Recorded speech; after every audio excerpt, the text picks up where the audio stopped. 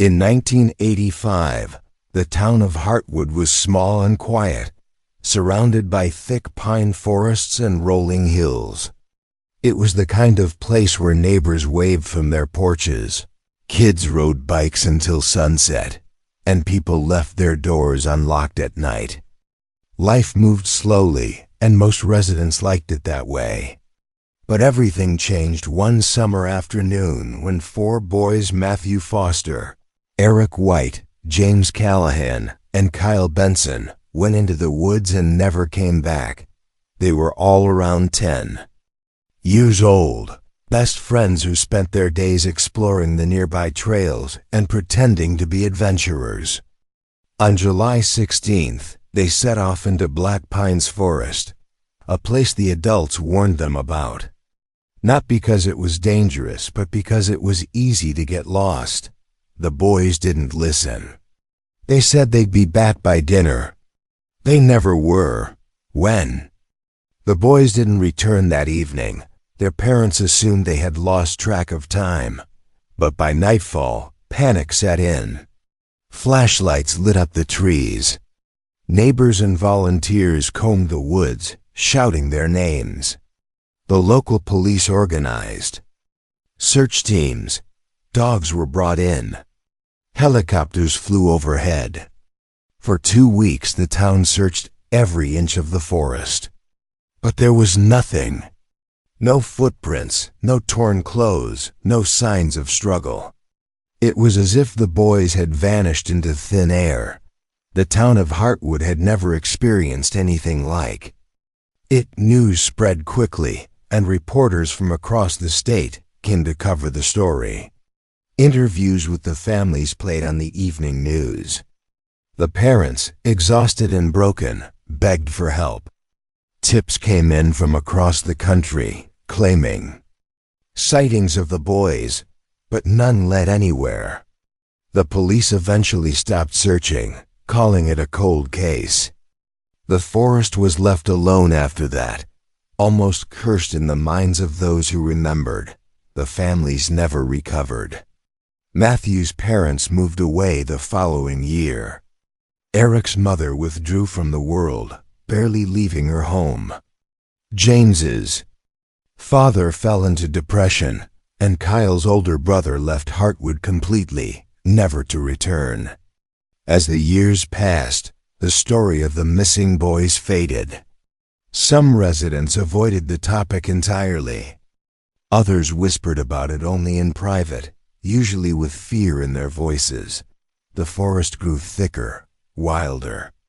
Nature reclaimed the paths the boys once walked. By the time 2025 came around, most people in Heartwood had never even heard of the case. The town had changed, modernized slightly, though it still held on to its sleepy charm. New families had moved in. New children played on the same streets. The old houses still stood, some of them now quiet and empty. Black Pines Forest remained untouched, a shadow on the edge of town, silent and still. Then, on a warm day in early June, 4 men walked into the Heartwood Sheriff's office. Their clothes were worn, their faces gaunt and pale. They looked like they had walked for miles. The deputies thought they were lost hikers. But when they gave their names, Matthew, Eric, James, and Kyle, the room went still. These were the same names as the boys who had vanished 4 decades earlier. The officers asked questions, but the men barely spoke. They seemed confused, disoriented, as if they had just woken from a long sleep. They were taken to the hospital. Blood was drawn, DNA tested. Records were pulled from dusty filing cabinets. Every test confirmed it. These men were the missing boys. Somehow they had returned, but they hadn't aged like normal people. Though they should have been in their 50s, they looked to be in their early 40s at most. Doctors couldn't explain it. Their bodies were healthy, but showed signs of long-term isolation, muscle weakness, poor nutrition, and sun damage. Their minds were harder to understand. They struggled with time, with memory, with names of things that no longer existed. When asked where they had been, they offered little. One said they had been underground. Another said they were watched. They spoke of a darkness that never ended, of trees with no tops, of something humming deep in the earth. It didn't make sense. Some believed they were suffering from trauma or delusion. But their bodies, their DNA, their scars, all of it proved they were telling the truth about one thing. They were the same boys who had disappeared. The town reacted with disbelief and fear. The families who were still alive wept at the sight of their sons. Matthew's father, now in a wheelchair, held his grown son's hand and sobbed. Eric's mother collapsed when she saw him. Some residents welcomed them home with kindness. Others stayed away, uncomfortable with the strange return. Reporters came back to Heartwood. The town was once again in the headlines. Experts arrived, psychologists, researchers, law enforcement from outside the state. Everyone wanted answers, but the men gave none. They refused interviews, avoided cameras, and rarely left the hospital. When they did speak, it was only to say one thing: don't go back there. The forest, once ignored, became a point of fear again. Parents told their children to stay far from the trees. The sheriff ordered temporary patrols around the area. But no one really knew what to do. What had happened to the boys? Where had they been for 40 years? And what had brought them back now? The questions only grew. No one had expected the return, and no one was prepared for what it meant. The calm of Heartwood had been broken again, and beneath it, something old had begun to stir. Something that had waited in silence for a long time. The return of the 4 men sent shockwaves through Heartwood. Word spread quickly that the boys who had vanished in 1985 were somehow alive. News vans crowded the main street, parked near the sheriff's office and hospital. Reporters stood with cameras ready, whispering dramatic lines into microphones. The townspeople watched from their porches, confused and unsure whether to believe what they were seeing. For many, it felt like a ghost story coming to life. The 4 men, Matthew, Eric, James, and Kyle, moved through it all quietly, never speaking unless necessary. Authorities tried to piece together the timeline. Where had these men been for 40 years? Why did they return now? Every test confirmed their identities. Fingerprints, dental records, even birthmarks matched perfectly. But their ages didn't. They looked older, yes, but not by 40 years. Doctors estimated they had physically aged maybe 20 years, not 40. They were lean and weathered, as if they had survived something harsh but not fatal. Their behavior was strange, quiet, detached, always alert, eyes darting like they expected something to come from the shadows. Psychologists interviewed them, hoping to unlock the mystery. What came out was disturbing and confusing. The men spoke in short, vague statements. They didn't remember time passing in the normal way. They described their time as a blur, a loop, a place with no sky. They talked about tunnels and echoes, about being watched, about a presence that was never seen, but always felt. They said they were kept below the earth, in a place that shifted and groaned, a place that fed on silence. Eric mentioned a staircase that never ended. James remembered voices that whispered in reverse. Kyle said there were symbols etched into the stone that pulsed like they were alive. Matthew, the most withdrawn of the 4, said nothing for days. When he finally spoke, he only said that they were not the only ones who were taken. That phrase caught the attention of investigators. The FBI joined the case. They interviewed families of other missing persons across the state. A pattern slowly emerged. Between 1952 and 1985, several other children had disappeared from towns within a 30-mile radius of Heartwood. No one had ever linked the cases before. Some were believed to be runaways. Others were simply cold cases filed and forgotten. But now, with the reappearance of the Heartwood boys, everything was being re-examined. As agents dug deeper, they found something strange. All of the disappearances had happened near forests or wooded areas, all within the same seasonal window between June and August. And most of the victims were around the same age as Matthew and his friends when they vanished. Files were reopened. Maps were marked. The center of all the disappearances pointed back to one location, Black Pines Forest. Meanwhile, the four men grew restless. They rarely slept. They kept the lights on at night. Security guards were stationed outside their hospital rooms, not for their safety, but for the safety of others. One night, a nurse reported hearing a low humming sound coming from their room. When she opened the door, the men were sitting upright in their beds, eyes open, all staring at the wall. The humming stopped the moment she stepped inside. They said nothing. The nurse quit the next day. The townspeople began to change, too. Many who had lived through the original disappearance started having nightmares. Some claimed to hear whispers. Near the edge of the forest, a local hunter found all the animals in a 5-mile stretch had vanished. No birds, no deer, no squirrels. Just silence. Dogs refused to go near the woods. Children began drawing strange symbols in school, shapes they claimed to have seen in their dreams. Despite everything, the four men insisted they needed to return to the forest. Authorities refused at first, but then Kyle began screaming in his sleep. He repeated one phrase over and over, "It's not done with us."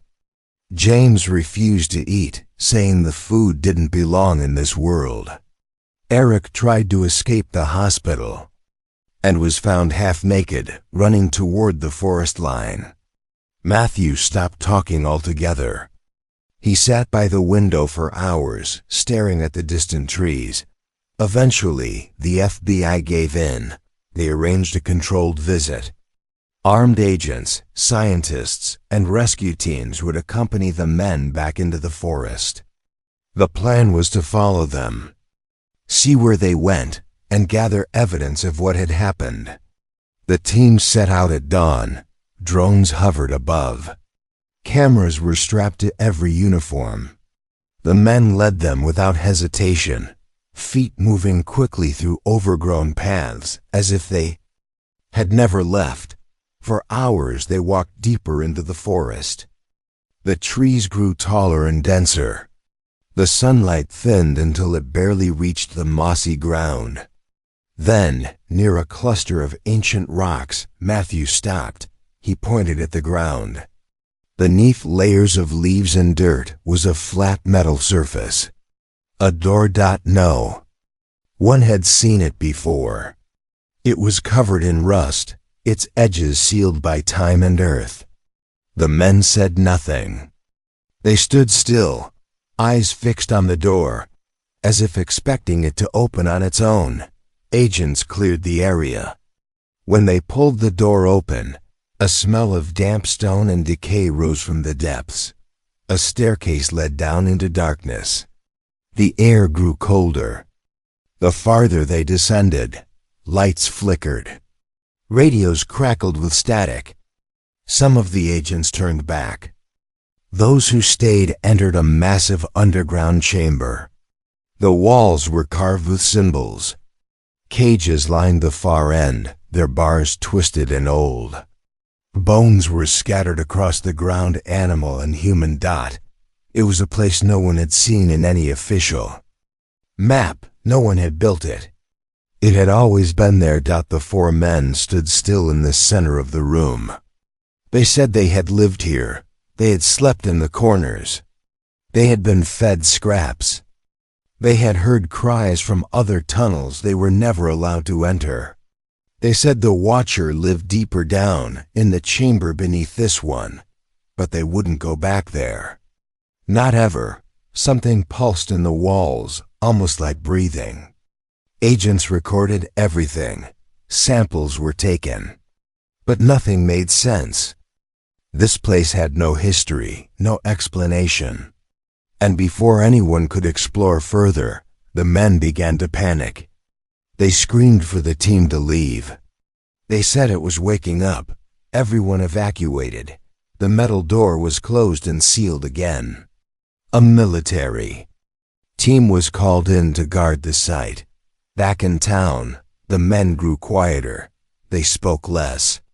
They slept even less. And though they were surrounded by people, they all said the same thing. Whatever lived beneath them had not forgotten. The return from the forest brought no relief. In fact, the days that followed were marked by growing tension, a sense of heaviness that clung to Heartwood like fog.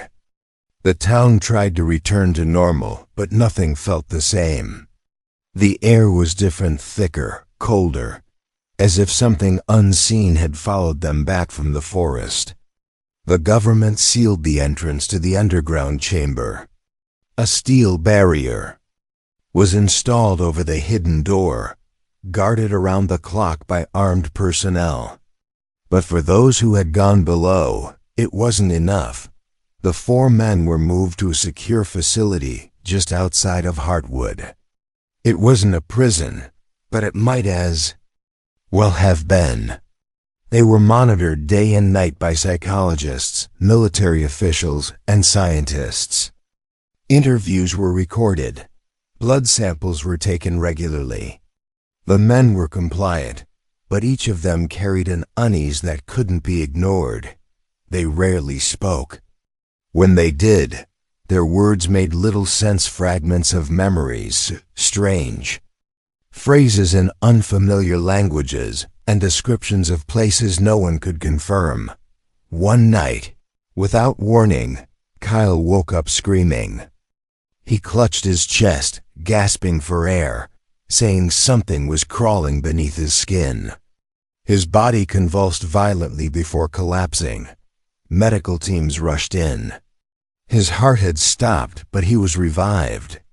When he finally opened his eyes, he looked straight at the ceiling and whispered, "It's not dead, just buried." After that, he refused to sleep. The others began to experience similar episodes. James began carving symbols into the walls of his room, using pieces of plastic from a food tray. Eric stopped eating altogether, saying the food was poisoned by them. Matthew started pacing in perfect circles, hours at a time, refusing to step outside the lines he drew with chalk. Psychiatrists diagnosed them with trauma-induced psychosis, but no medication seemed to work. The men didn't get better. They only got stranger. Outside the facility, Heartwood was unraveling. Birds stopped nesting in the trees. Pets went missing from yards. People reported hearing low-frequency hums late at night, vibrations that rattled their windows and kept them awake. A group of teenagers, curious about the forest, tried to reach the sealed chamber but were stopped by military guards. One of the boys claimed he saw something watching them from the tree line. Tall, pale, motionless. Authorities dismissed it as hysteria, but the story spread like wildfire. Then came the photographs. A local wildlife photographer captured a series of images showing distorted shapes moving between the trees. The shapes were humanoid but elongated, unnatural, as if bent at the wrong angles. Experts analyzed the photos and found no evidence of digital manipulation, but they also couldn't explain what was in them. The forest was placed under a stricter lockdown, but people continued to report strange activity lights flickering. Between the branches, whispers carried by the wind, and the ever-present feeling of being watched. Within the secure facility, the four men began to behave as one. Though placed in separate rooms, they mirrored each other's movements. When one sat, the others sat. When one stared into the corner of his room, the others did too. It was as if they were connected by something invisible. Then they began to speak in unison. Not always, but often enough to be disturbing. They recited numbers, long strings of them. At first, the numbers meant nothing. Then analysts discovered they matched geographic coordinates, many of them pointing to locations with histories of unexplained disappearances. Investigators cross-checked the names carved into the underground chamber's walls with missing persons databases. Dozens matched.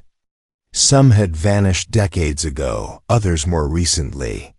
One name stood out: Samantha Wills, a 6-year-old girl who went missing from a campsite in 1978, more than 50 miles away. Her case had never been solved. DNA tests confirmed one of the small bones recovered from the chamber belonged to her. The discovery brought heartbreak, but also panic. It confirmed the chamber had been used across decades, possibly centuries. And no one knew by whom. In response, a team of structural engineers and historians were brought in to map the underground site more thoroughly. Using ground-penetrating radar, they discovered something terrifying. The chamber found by the four men was only the beginning. Beneath it lay an entire network of tunnels, stretching miles in every direction like roots from a tree. Some extended beyond the town limits. Others dipped deep beneath the earth, deeper than any known cave system in the region. They were not naturally formed. Plans were made to excavate further, but the project was quickly abandoned when a drilling team encountered a sudden tremor that collapsed part of the entrance shaft. 2 workers were killed. The others swore they heard something breathing in the dark long after the cave-in had sealed the tunnel. The government called it an accident and closed the operation indefinitely. Inside the facility, the 4 men changed. Their skin grew paler. Their eyes became more sensitive to light. They began rejecting food entirely, drinking only water. Their pulse rate slowed. Blood pressure dropped. One researcher said their bodies were adapting, reverting to whatever kept them alive for 40 years underground. But it wasn't just physical. Something inside them was shifting too. They no longer reacted to pain. They no longer flinched when surprised. They spoke less and less, until one day they stopped completely. Matthew was the first to escape. Security footage showed him standing still in the corner of his room for hours. Then, without warning, he walked through a locked steel door. Not around it. Not through it in the normal way. Through it as if the metal didn't exist. Alarms sounded, but he was already gone. Cameras outside the building caught a glimpse of him, standing at the edge of the forest before he disappeared into the trees. Within hours, James and Eric vanished too.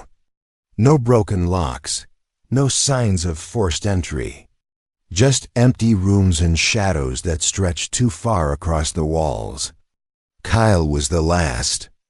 His room was found covered in chalk drawings, spirals within spirals, each one containing symbols that had never been seen before. He left a single message written in water on the wall. We woke it. Authorities searched the entire region. Drones scanned every square mile of forest. Nothing was found. Heartwood returned to a state of uneasy silence. The forest remained closed, but some residents claimed to see figures standing at the tree line during heavy fog. They never moved, they never came closer. But they were there. In time, the story faded from the news. Officials denied much of it. Files were sealed, records erased. But the people of Heartwood remembered.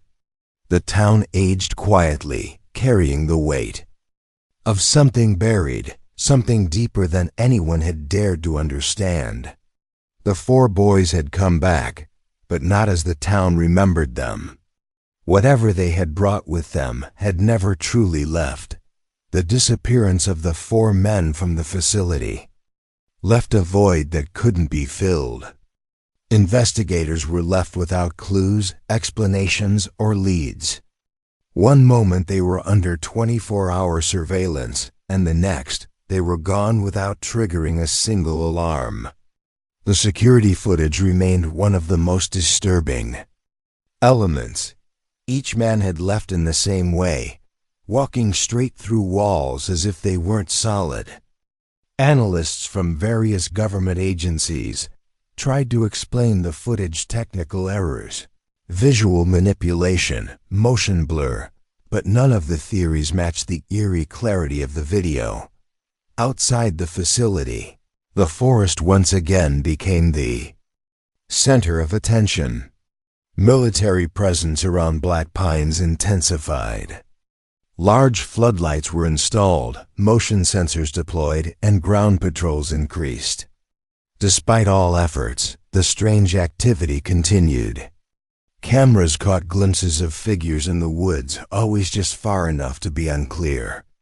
The forest never gave away too much, but it gave just enough to keep the fear alive.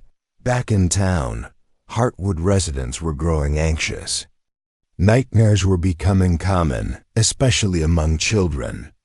Many of the dreams were similar: dark tunnels, faint whispers, and the feeling of being followed by something just out of sight. A local teacher reported that half her students drew the same spiral pattern during an art class. The spiral wasn't taught in school. It wasn't from any book or media, but it was identical to the ones found on the underground walls of the chamber. A group of townspeople began researching old records, trying to uncover what had been buried in Heartwood's past. They discovered that Black Pines Forest was once avoided by native tribes. Old journals and land records showed that early settlers experienced disappearances and strange animal behavior as far back as the 1800s. There were mentions of a place beneath the stone roots and warnings about digging too deep. These writings had been dismissed as folklore until now. Meanwhile, a linguist analyzing the symbols from the chamber made a disturbing discovery. Some of the markings matched no known language, but others shared elements with ancient proto-writing, systems dating back thousands of years. The deeper they analyzed, the clearer the message became. It wasn't a language meant for communication.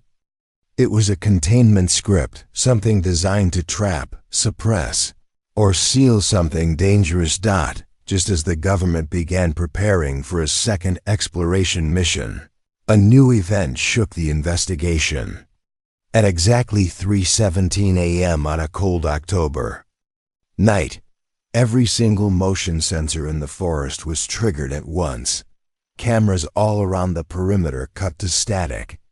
The lights flickered and died. When the backup generators came on 10 minutes later, the guards stationed nearest to the chamber site were gone. All of them, 12 men. Their weapons were found lying neatly in the grass. Not a drop of blood, no struggle. Only their boots, arranged in a perfect circle. That same night, something else happened. Across the entire town, clocks stopped. Watches, phones, and digital devices froze at 3:17 a.m., the exact moment the forest went dark. When they restarted minutes later, they were all 5 minutes ahead. Time had jumped forward, unnoticed by most but recorded by machines. A power surge was detected, but the source could not be found. The next morning, the mayor of Heartwood resigned and left town without saying goodbye. Several families packed up and moved within days. The town's population began to shrink rapidly. Those who stayed behind avoided the forest completely, and rumors started to spread about people seeing their dead relatives walking at night. Not ghosts, but physical forms, mimics with hollow eyes and expressionless faces. No one wanted to talk about it openly, but the fear was growing. Something had been disturbed, and now it was moving freely. One of the FBI agents involved in the case went missing after leaving a recorded message on his home phone. The message, later released to a journalist, was short and chilling. He said he had found something in the photos' faces hidden in the stone of the underground walls. Not carvings, real, human faces embedded in the rock. He claimed they were alive, their eyes watching. After the message ended, he vanished without a trace. His car was found by the forest edge, engine still running, door wide open. At this point, federal agencies completely blocked off Black Pines. Satellite images of the area were digitally altered to show forest where none remained. Locals were warned not to speak to the press. An invisible wall had formed between the town and the rest of the world. But Heartwood could still feel the weight of what had happened. And then, the final piece of the puzzle arrived, 3 months. After their escape, James was found alone and unresponsive on the side of an empty road near the Oregon border. He was barefoot, wearing a hospital gown, and covered in dirt. His eyes were wide open, but he didn't blink or move. Paramedics rushed him to a hospital, but no injuries were found. He wasn't catatonic, but he refused to speak. Doctors called it selective mutism due to trauma. But there was something unnatural about his stillness. He didn't sleep, didn't eat, didn't acknowledge anyone. A week after his recovery, he finally reacted. During a thunderstorm, he began writing dozens of pages filled with diagrams, numbers, and symbols. Among the pages was a single handwritten sentence repeated over and over. "The gate has opened." Analysts translated the drawings and concluded they represented a map not of land, but of tunnels, possibly under multiple towns. The implication was clear. Black Pines was not the only location. The system spread further than anyone had imagined. James died 2 days later. The cause was listed as cardiac arrest, but his autopsy revealed something shocking. His organs were intact, but his bones had begun to change, density shifting. Marrow replaced with a black substance no one could identify. Scientists kept samples, but the official report claimed no abnormalities. His body was cremated immediately. Now only Matthew, Eric, and Kyle remained unaccounted for. Whispers spread that they were seen near small towns in other states. Always at night, always near wooded areas. Some reports claimed they were not alone, that others were with them, other children, other victims who had returned after decades of silence. No one could confirm these sightings, but each location was followed by missing persons reports. One pattern repeated itself every time. Spiral markings found near the last known location of the missing. Heartwood became a ghost town within a year. Schools shut down. Businesses closed.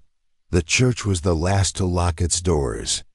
The forest continued to grow, unchecked and wild, stretching into places it hadn't touched before. And at the center of it all, the sealed chamber beneath the rusted door waited in silence. But it wasn't forgotten.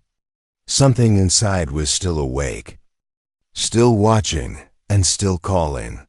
Whatever the four boys had brought back with them, it had already begun to spread. The town of Heartwood no longer appeared on most maps. Its population had dwindled to nearly nothing. The houses stood empty, and the once lively streets had fallen silent under creeping vines and layers of dust. It was as if the place had been erased by time. But the silence wasn't natural, it was protective, like the world had agreed to forget Heartwood in an effort to contain whatever had awakened beneath it. Federal forces eventually pulled out. They left behind motion sensors, hidden surveillance stations, and unmarked patrols along the forest's edge, but the official narrative was closed. The case was filed away under layers of classification. No press releases, no documentaries, no memorials. Heartwood became a memory locked behind government silence, and a growing number of missing person reports from the surrounding counties. The remaining three, Matthew, Eric, and Kyle, were never found, though their presence echoed in unexpected places. Hikers in remote parts of Oregon claimed to see figures watching them from deep within the trees, tall and still, unmoving no matter how long they were observed. Campers reported waking up to symbols carved into the trunks around them, identical to those discovered in the underground chamber. Livestock on nearby farms began disappearing. A few were found later, bodies drained of blood, eyes blackened, mouths filled with soil. No tracks led to or from the sites. One man, a retired forest ranger named Ellis Trent, became obsessed with the case. He had lived in Heartwood during the original disappearance in 1985 and had witnessed the town's transformation firsthand. After decades of silence, something compelled him to return. He camped just outside the old border, recording everything: temperature changes, wildlife patterns, strange noises. On his third night, he heard humming. Not mechanical, but deep and alive, like a throat singing from beneath the ground. Ellis kept a journal, carefully logging each experience. One entry detailed the moment he found an opening in the earth, barely wide enough for a person to squeeze through. It wasn't the sealed chamber the government had blocked off. It was something new, something still forming. The journal ended abruptly. When search parties found his tent days later, it was intact, his belongings neatly arranged. The only thing missing was Ellis. In his place, they found his final words, scratched into a nearby rock. They never left. They became it. Shortly after Ellis's disappearance, the hum began spreading. Not just in Heartwood, but in distant places, national parks, abandoned mines, deep forests far from Oregon. The same low frequency was picked up by underground seismic monitors, though no tectonic activity was detected. Wildlife in affected areas became erratic. Flocks of birds flew in tight circles for hours. Herds of deer gathered silently along roads before vanishing. Fishermen reported rivers running backward for minutes at a time. Researchers who once studied Heartwood were now watching something larger unfold. A pattern emerged. Wherever the hum was heard, people began disappearing. Sometimes individuals, sometimes entire families. In a small town in northern Washington, a daycare worker opened the doors one morning to find the entire building empty. 12 children and 2 staff members gone. No broken locks. No signs of violence. only a perfect spiral drawn in crayon on the playroom floor. Across these incidents, one detail remained constant. Someone always reported seeing 3 figures nearby in the days leading up to the event. They matched the descriptions of Matthew, Eric, and Kyle, though aged, distant, and increasingly unnatural in appearance. Their skin was pale. Their clothes didn't match the time period. Their eyes were described as hollow, as if something had burned out whatever once lived inside them. They never spoke. They never approached. They simply watched. Those who tried to interact with them, whether out of fear or curiosity, experienced a kind of psychic dislocation, memory loss, time gaps, sudden illness. One woman claimed she approached one of the men near a rest stop in Idaho and instantly forgot how she'd gotten there. When her husband reviewed the dashcam footage, it showed her walking into the woods alone, following something that was never caught on video. She was later found unconscious miles away with spiral markings burned into her forearms. Despite mounting reports, the government continued to deny the existence of any phenomenon related to Heartwood. Records of the town were scrubbed from digital archives. Official websites redirected or returned errors. Even satellite images blurred the forest where Heartwood once stood. But those who remembered knew better. They kept their distance. Others, drawn by curiosity or obsession, were never heard from again. Back in the ruins of Heartwood, the forest began to reclaim everything. Trees split through roads.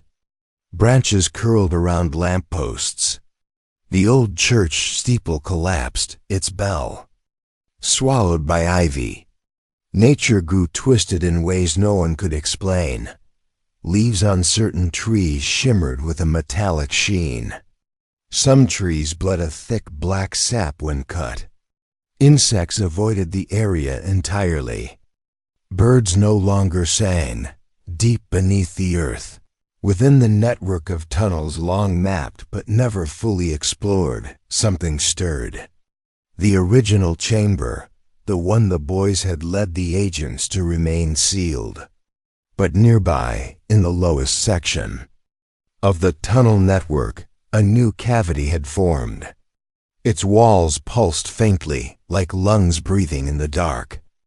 At the center stood 3 figures, watching the earth above, waiting. One day, a geologist studying underground shifts along the west coast detected a brief pulse beneath the region, something too uniform to be natural. It lasted 7 seconds. Within a week, a landslide destroyed a small hiking trail near Mount Rainier. A group of campers vanished the same night. No search team found them. Only a stone tablet remained where their tents had been. The spiral, again. By now, those in the know understood the truth. Heartwood was only the beginning. The chamber had never been a prison. It was a door, and the boys, now men, had not escaped. They had been released. Whatever force had kept them underground for 40 years had changed them, repurposed them, and sent them back. They were no longer victims. They were vessels. Their return marked the start of something bigger. A slow invasion that didn't arrive by ships or armies, but by silence, by symbols, by forgotten spaces beneath our feet. A transformation so quiet, most would never notice until it was far too late. And so the spiral spreads, carved into trees, burned into skin, drawn by shaking hands across unfamiliar soil. A message, a warning, or perhaps a promise. They returned with the secret, not of where they had been, but of what they had become. And that secret no longer sleeps.